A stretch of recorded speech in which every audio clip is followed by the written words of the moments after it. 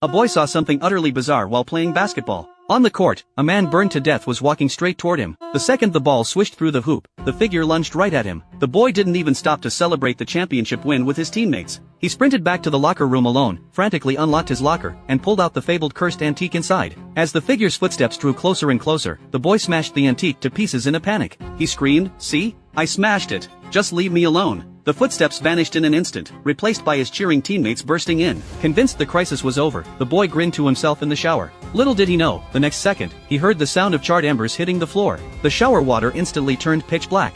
Confused, he spun around, only to find the figure standing right behind him. It clamped a hand around his throat and shoved its other hand down his mouth. In the blink of an eye, the bathroom erupted in flames. Within seconds, the boy's entire body was engulfed in raging fire, and his friends who rushed in were horrified by the sight. Shortly after the boy's death, our female lead Lisa transfers to the school, and by sheer chance, is assigned the dead boy's old locker. She unwittingly comes into possession of the antique, which holds a whistle inside. She has a history class that same day, so she brings the whistle to show her history teacher. The teacher tells her it looks like a musical instrument, or a whistle. Based on some of the carvings, he says it is likely an early Mayan artifact, and the ancient script on it may be used to summon the dead. At this, Lisa tries to take the whistle back, but the teacher snatches it out of her hand. "Since you found this in a school locker, it's school property. It should be handed over to a teacher for safekeeping." With him putting it that way, Lisa can't really argue back. The teacher immediately looks up the selling price of similar artifacts online, planning to sell it for a huge profit. But out of curiosity, he gets a wild idea and blows into it. Little does he know, this single breath will cost him his life.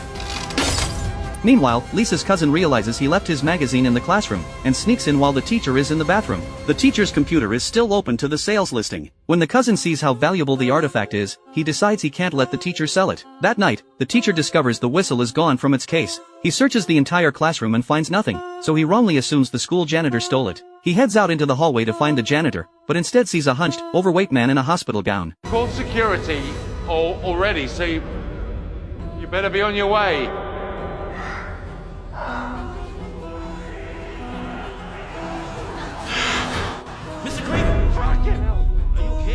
The teacher blinks, and the man is gone. He thinks he's just hallucinating from working too late. But when he returns to the classroom, something even more bizarre happens. A cloud of black smoke pours inexplicably from his mouth. Before he can react, the hospital gown monster behind him impales him straight through the chest. It clamps down on his lungs, and as the camera slowly spins, the teacher's hair falls out in clumps. In seconds, he is transformed into an exact copy of the monster. Meanwhile, the cousin pulls out the whistle to show off to his classmates. A girl named Hannah, curious, blows into it too.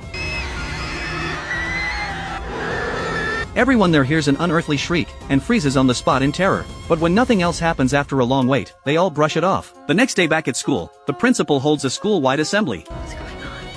Mr. Craven died last night. Why? How? Turns out he had stage 4 lung cancer. Dr. Wells said it's amazing he was even on his feet yesterday. Everyone falls silent, listening quietly to the principal's address. But Luna sees something no one else can.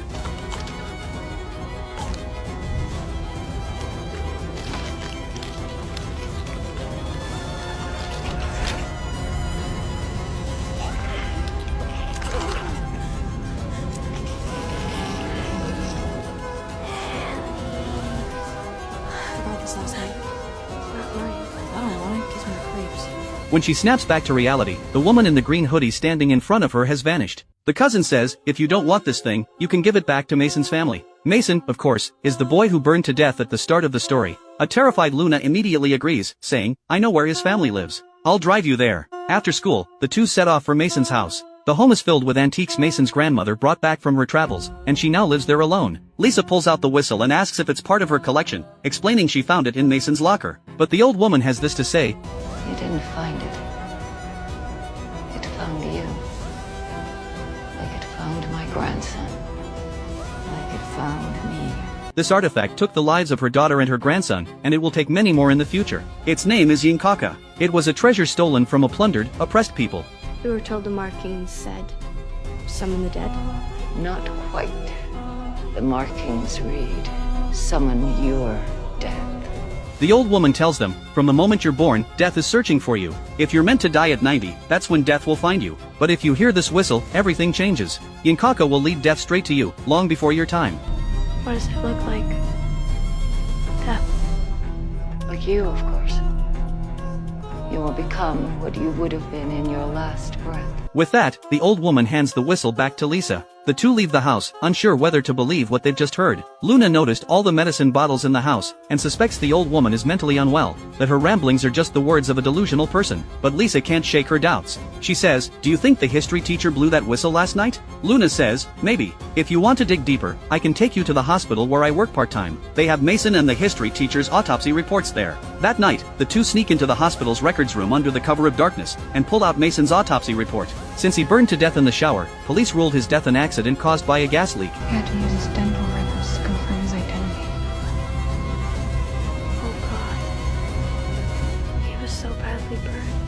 A dental report catches Lisa's eye. It says the dental remains are from a person nearly 50 years old. But Mason was a 17-year-old high schooler. How could he have been 50 when he died? Lisa remembers the old woman's words, and realizes Mason was meant to die in a gas leak at nearly 50 years old. But because he blew the whistle, his 50-year-old self, the one fated to die, found his 17-year-old self ahead of schedule. The history teacher's death follows the exact same logic. I'd give him another 10 to 15 years. Yeah, but not as many. Finally convinced the old woman was telling the truth, they rush straight to the amusement park, desperate to save Hannah, who blew the whistle the night before. Right now, Hannah is inside a maze at the park.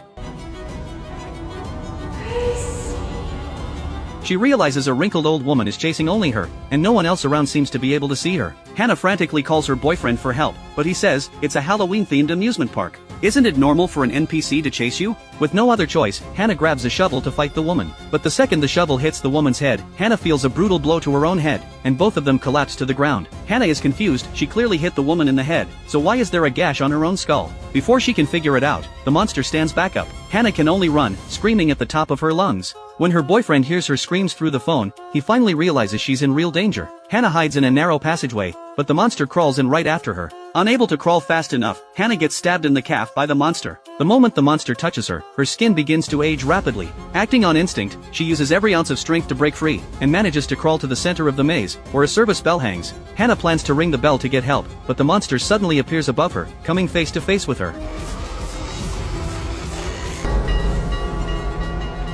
Grace!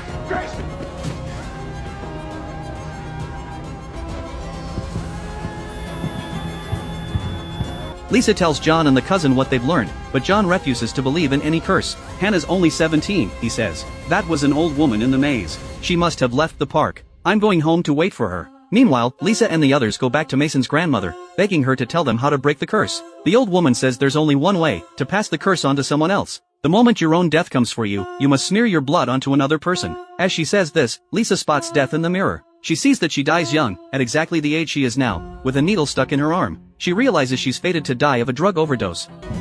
But living, that's up to you.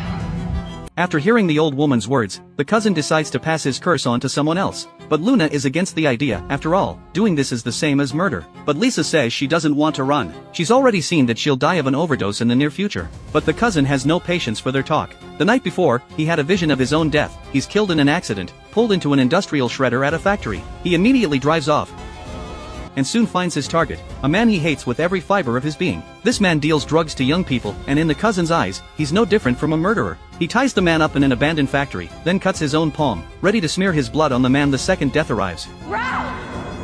Ralph, you don't have to do this! But the two girls arrive just in time, and manage to talk him out of it. Lisa suddenly seems to figure out a way to break the curse, but before she can explain it, the cousin senses death's arrival.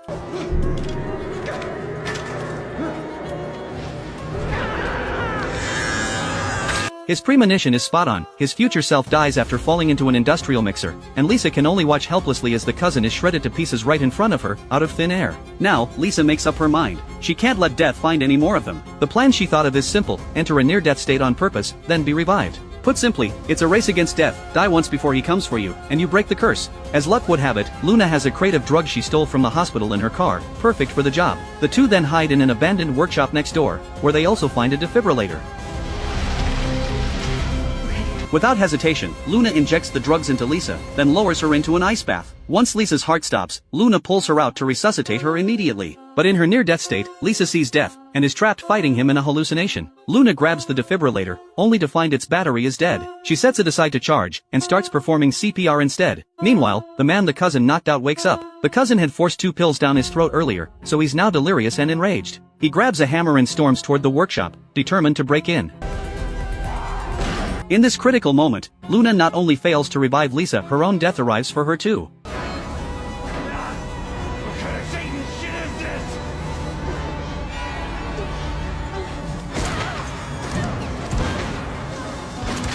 To make matters worse, the man smashes the defibrillator beyond repair, and Luna is stabbed in the stomach by death. She has to keep trying to save Lisa, through the searing pain. In her trance, Lisa remembers the old woman's words, "Death is inevitable, but how you live is up to you." In an instant, a powerful force calls her back. When Lisa is resuscitated, she comes back with a new ability. She can see Luna's death, but the ability only lets her see it. She can do nothing to save Luna from her impending death. Just when she's out of options, the man bursts into the workshop. Delirious, he accidentally brushes against Luna's blood, smearing it on himself. The curse transfers to him. Just as he raises a gun to shoot Lisa and Luna, his own death arrives, the version of him that drowns in middle age. Terrified, the man fires multiple shots at death, but every single bullet hits his own body. That's the full plot of the new horror film Death Whistle. The premise of the story is really clever and unique. Alright, that's it for today's story. See you in the next one.